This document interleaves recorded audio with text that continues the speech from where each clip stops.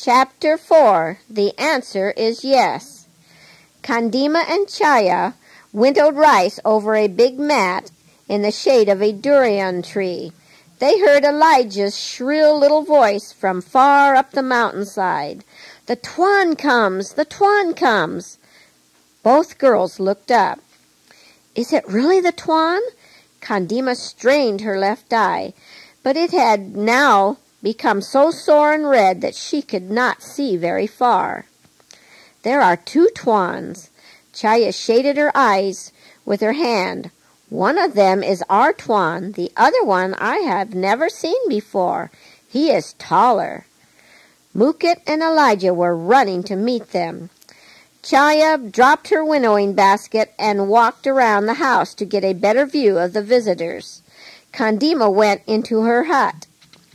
"Kandima, is that really the Tuan?" Mother asked her. "Only 1 moon has passed since he came last time. I wonder why he returns so soon." "It is really the Tuan, Mother." Kandima went to look out the window where she could see everything without being seen. The 2 Tuans had stopped in the shade of a coconut tree by Dod's house. She could see them quite well now. They had brought 2 carriers. One of them Kandima knew as Sibilia, the Tuan's gardener. The other she had never seen before. The new Tuan seemed to be taller and thinner than our Tuan. Both the men looked tired.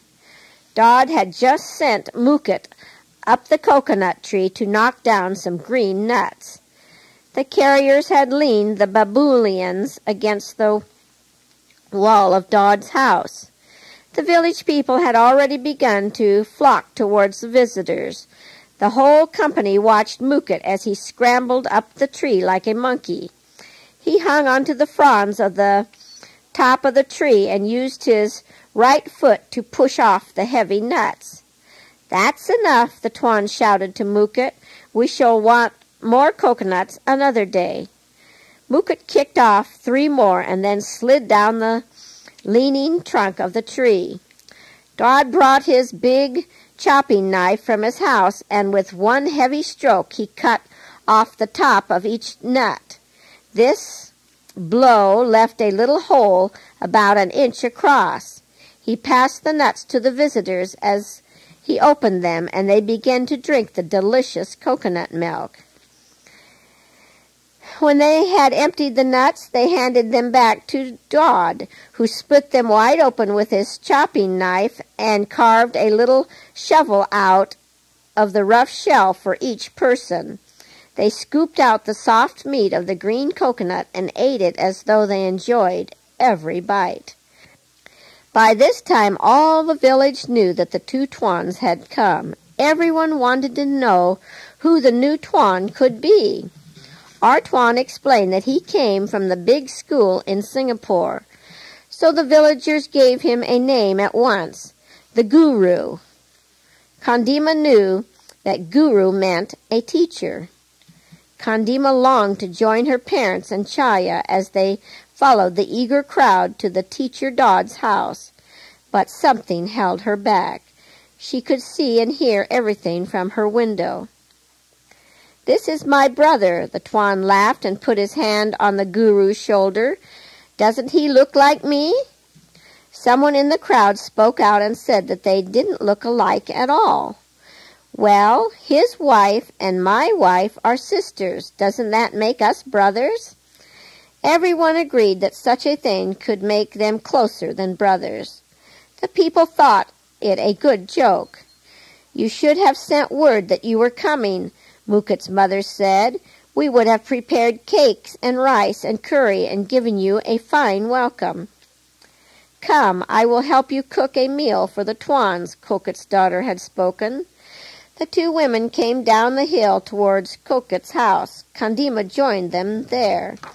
She grated coconut, washed vegetables, and ran to the spring to wash the rice. In a short time the rice simmered on the clay stove, and an hour later the 2 women served a good meal to the visitors. By the time the 2 Tuans finished supper, darkness had fallen. Kandima crept into the shadow near Dod's door. Only one feeble kerosene lamp lighted the house.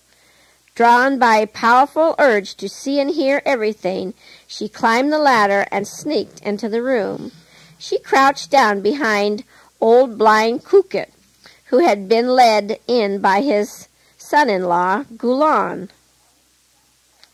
Mukit, who always sat close to the Tuan, hadn't come, or at least Kandima couldn't see him anywhere. She knew that Mukit couldn't bear to hear Galun tell the Tuan about his baby's death. Mukit couldn't forget that he had found the king of the centipedes, otherwise the baby might still be alive. Teacher Dot had tried to comfort Mukit, but he always sobbed.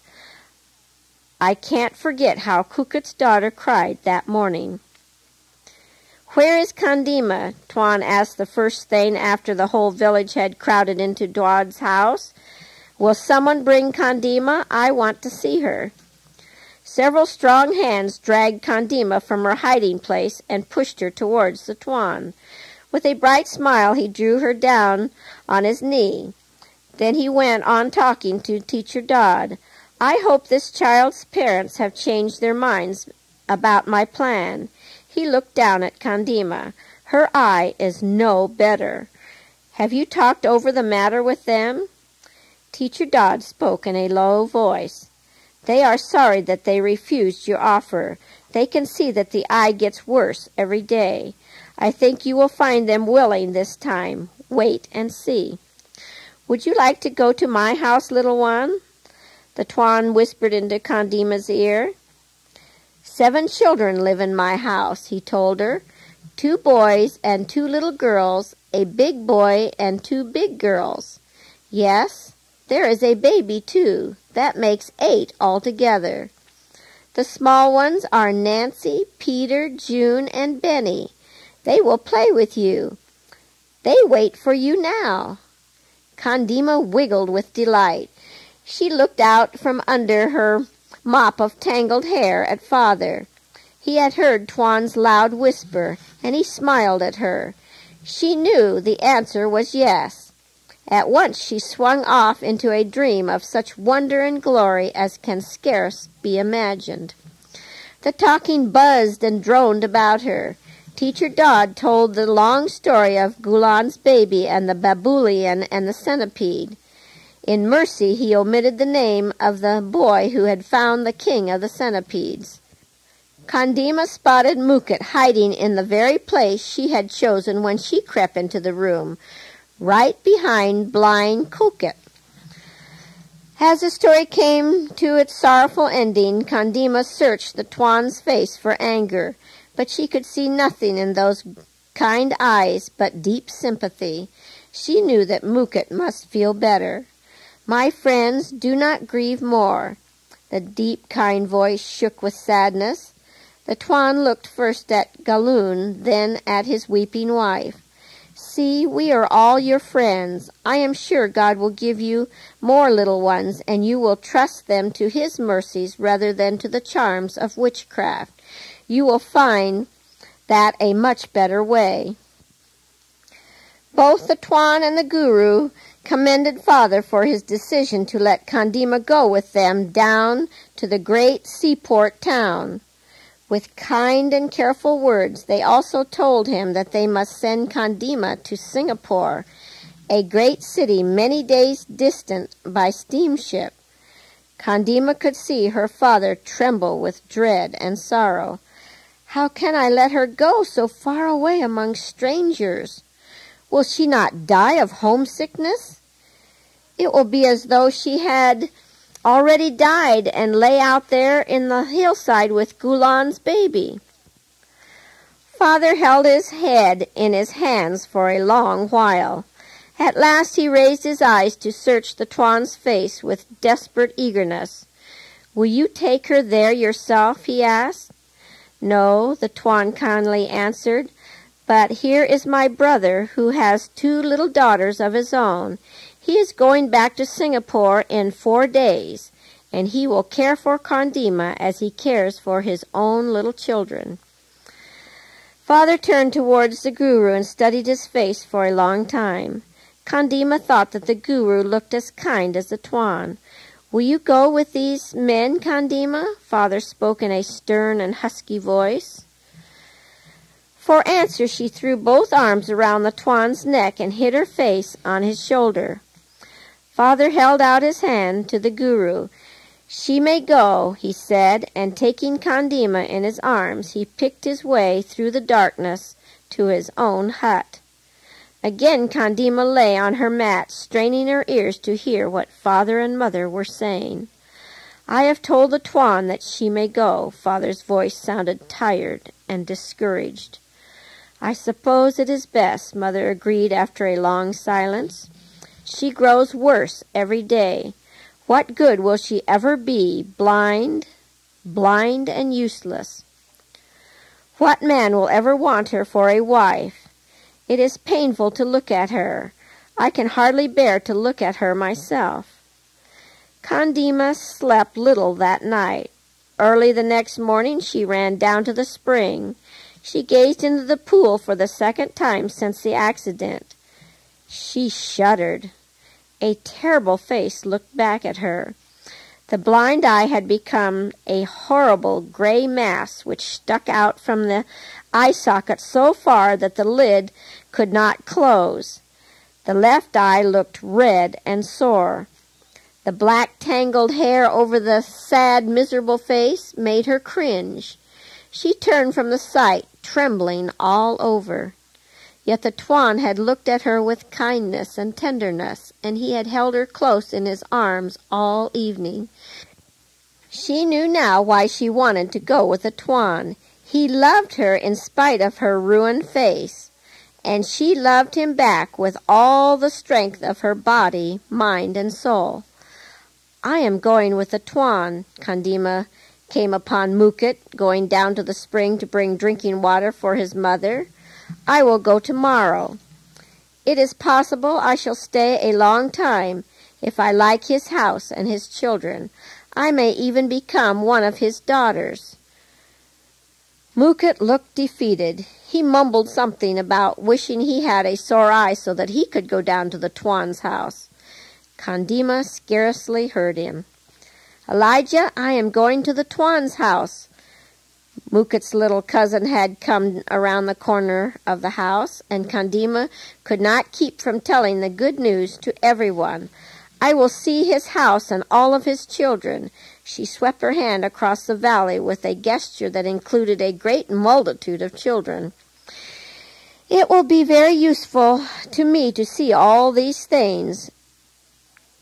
She thought for a moment. "I shall probably stay with the Thorn after this." The rest of that day Kandima ran about like a wild thing, and she asked so many questions that Mother threw up her hands and said that she felt tired enough to sleep for a week. "Chaya, do you think I might get to ride on one of those going things like buffalo carts without any animals to pull them? I have heard Father say that many of them run all about in the city." Again she asked, "Chaya, do you know there is a great valley of water beyond our mountain? It is like a wide plain. I have heard Father tell of it." Kandima did not mention her need of medical help as one of her reasons for going with the Thorn. Indeed, it didn't seem important now, yet her eye grew worse. She wondered sometimes how many more days she would be able to see the loved faces of her family and the green mountains that rimmed her valley.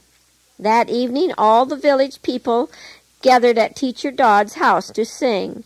They filled the night with sweet melody as the soft, sweet voices rang out in the clear mountain air. Even Kandima, snuggled in the Thorn's arms, joined in the hymns. "I would rather hear these people sing than to hear the angels," the Thorn told Dodd. "Why, Thorn?" Dodd looked surprised. "It should be a great thing for any man to hear angels sing." The Thorn nodded. "It would be, of course, but no angel can ever know the darkness, the pain, and the suffering out of which these songs have grown in the hearts of these people." That makes them sweeter to me than any music, even the songs of angels." The village people gathered to their homes, singing as they went, until threads of sweet melody ran through all the lanes and even into the house. Even after they had all gone inside, the music of the evening hymn wafted up from a score of tiny thatched huts. Tears came to Candima's eye. Tomorrow she must leave her village. Would she ever hear those songs again? She crawled under her mosquito curtain and talked softly in the darkness with the great friend of little children, and then, snuggling her wooden doll close, she drifted into dreamless sleep.